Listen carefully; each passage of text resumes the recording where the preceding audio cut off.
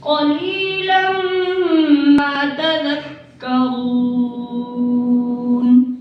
تنزيل من رب العالمين ولو تقول علينا بعض الأقاويل لأخذنا منه باليمين ثم لقطعنا منه الوتين فما منكم من أحد عنه حاجزين وإنه لتذكرة للمتقين وإنا لنعلم أن منكم مكذبين وہ شہر محبت جہاں مصطفیٰ ہے وہی گھر بنانے کو دل چاہتا ہے وہ شہر محبت جہاں مصطفیٰ ہے وہی گھر بنانے کو دل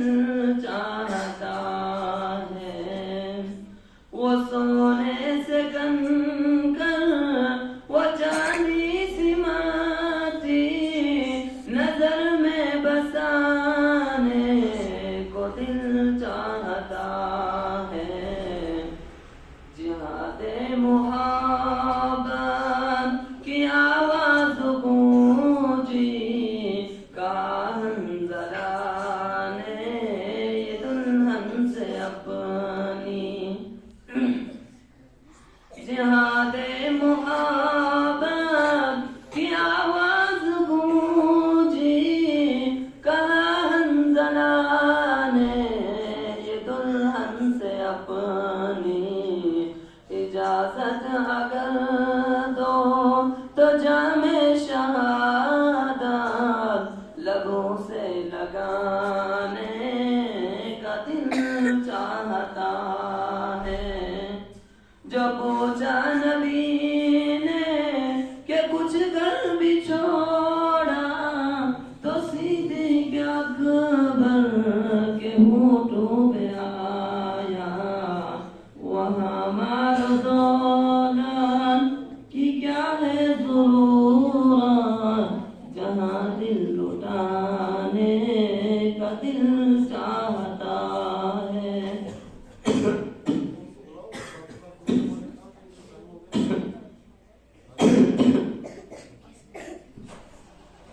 وہ شہر محبت جہاں مصطفیٰ ہے آج کی اس پروگرام کے صدر محترم ہمارے جموں و کشمیر کے مشہور و معروف قاری قرآن اور ہم دل کی عمیق گہرائیوں سے حضرت والا کا شکریہ ادا کرتے ہیں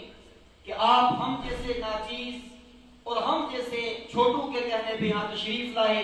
یہ آپ کا بڑا پن ہے اور اسی کو کیا خوب کہا کہ راہ وفا میں ہر سو کانٹے دھوپ زیادہ سائے کم راہ وفا میں ہر سو کانٹے دھوپ زیادہ سائے کم اس راہ پہ چلنے والے پھر بھی خوش رہے زیادہ پچھتائے کم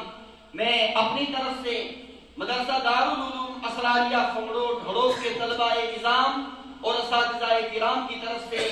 تمام مہمانان نظام تمام علماء کرام اساتذہ مدارس اور بطور خاص حضرت مولانا قاری سجاد صاحب دامت برکاتہ العالیہ استاد قرآن دارالعلوم بلالیہ کا دل جمی گہرائیوں سے شکریہ ادا کرتا ہوں کہ آپ سے گزارش ہے آپ کو جتنے بھی سفر میں تکلیفیں ہوئی آپ معاف فرمائیں اور آئندہ بھی آپ ہمارا خیال رکھیں آپ ضرور ادارے کو اپنے دعاؤں میں اپنے نیک مشوروں میں یاد رکھیں تو آپ انشاءاللہ آپ تلاوت بھی فرمائیں گے اور اپنے موبائل حساس سے بھی ہمیں نوازیں گے اس لیے کہ توفیق اللہ تعالیٰ کی طرف سے ہی ہوتی ہے، اور جب بندہ کام کرتا ہے اس کام کرنے والے کے پیچھے ایک بہت بڑی طاقت ہوتی ہے جو اس کے کام کو متاثر کرنا چاہتی ہے،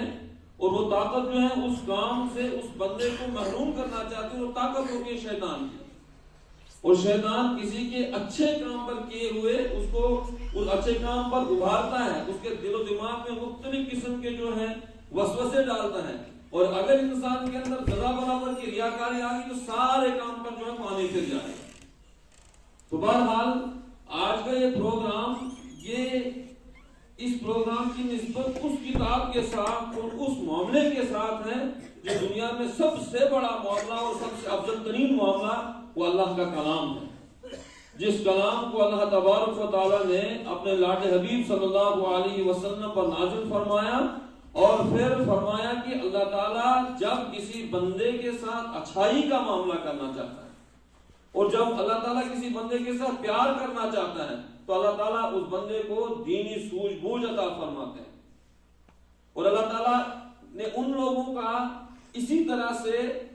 انتخاب فرمایا ہے جیسے ایک آدمی سیب خریدنے کے لیے بالفرض مارکیٹ میں گیا تو وہ سیبوں کو دیکھتا ہے، کوئی سیب داغدار تو نہیں ہے، کوئی خراب تو نہیں ہے، چن چن کر اچھے اچھے سیب جو اپنے لفافے میں ڈالتا ہے اور پھر ان کو جو ہے قبول کر کے اپنے یہاں لے جاتا ہے۔ اسی طرح سے اللہ تعالیٰ نے پوری مخلوق میں، انسانیت میں ان طلباء کا، ان قراء کا، ان حفاظ کا، ان علماء کا انتخاب فرمایا کہ اللہ تعالیٰ نے چن چن کر نکالا ہے، تو اس پر بھی اللہ تعالیٰ کا شکر ادا کرنے کی ضرورت ہے۔ اور دوسری بات، حضرات جو اساتذہ کرام ہیں اور جو مدرسے کا پورا عملہ ہوتا ہے، اس محنت میں سب کا تھوڑا تھوڑا ہاتھ ہوتا ہے اور سب کی مل جلا جو ہے محنت ہوتی ہے۔ یہاں کے اساتذہ بھی قابل مبارکباد ہیں، اور میں نے پہلے بھی کہا اور پھر سے میں یہ کہوں گا کہ اللہ تبارک و تعالیٰ مفتی جاوید صاحب کو عمر کو دراز فرمائے اور ان کے کام کو مزید ترقی دیں، اور ان کے ادارے کو دن دگنی رات چگنی ترقیات سے نوازے، ادارے کی تمام ضروریات کے انتظام اپنے خزانے غیب سے پورا فرمائے۔ یقیناً یہ مفتی صاحب کا اخلاص ہے، اور آج کے دور میں اس طرح کا کلام پڑھنے والے طلباء بہت کم ملتے ہیں، اور بہت کم مدارس ملتے ہیں کہ جہاں لہجے پر بھی نظر ہو، جہاں ادائیگی پر بھی نظر ہو، جہاں یاداشت پر بھی نظر ہو، اور جہاں طلباء کی تربیت پر بھی نظر ہو۔ بہت کم اس وقت مل رہے ہیں۔ اس گئے گزرے دور میں اس طرح کی تعلیمات مدارس کا ہونا یہ اللہ کا شکر ہے، اور آج کے زمانے کے بہت بڑا معجزہ ہے۔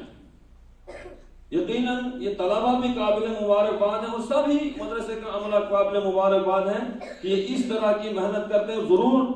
ضرورت اس بات کی ہے مزید اس محنت میں لگا رہا جائے اور لگا رہا جائے اس طرح، کیونکہ جتنی محنت ہوگی اتنا ہی کلام پاک پڑھنے میں نکھار آتا ہے۔ بہرحال شاید مفتی صاحب بھی آ رہے ہوں کہ آپ تشریف لائیں اور اپنے مواعظ حسنہ سے تمام سامعین کو مستفید فرمائیں۔ آج کی اس پروگرام کے صدر محترم ہمارے جموں و کشمیر کے مشہور و معروف قاری قرآن، اور ہم دل کی عمیق گہرائیوں سے حضرت والا کا شکریہ ادا کرتے ہیں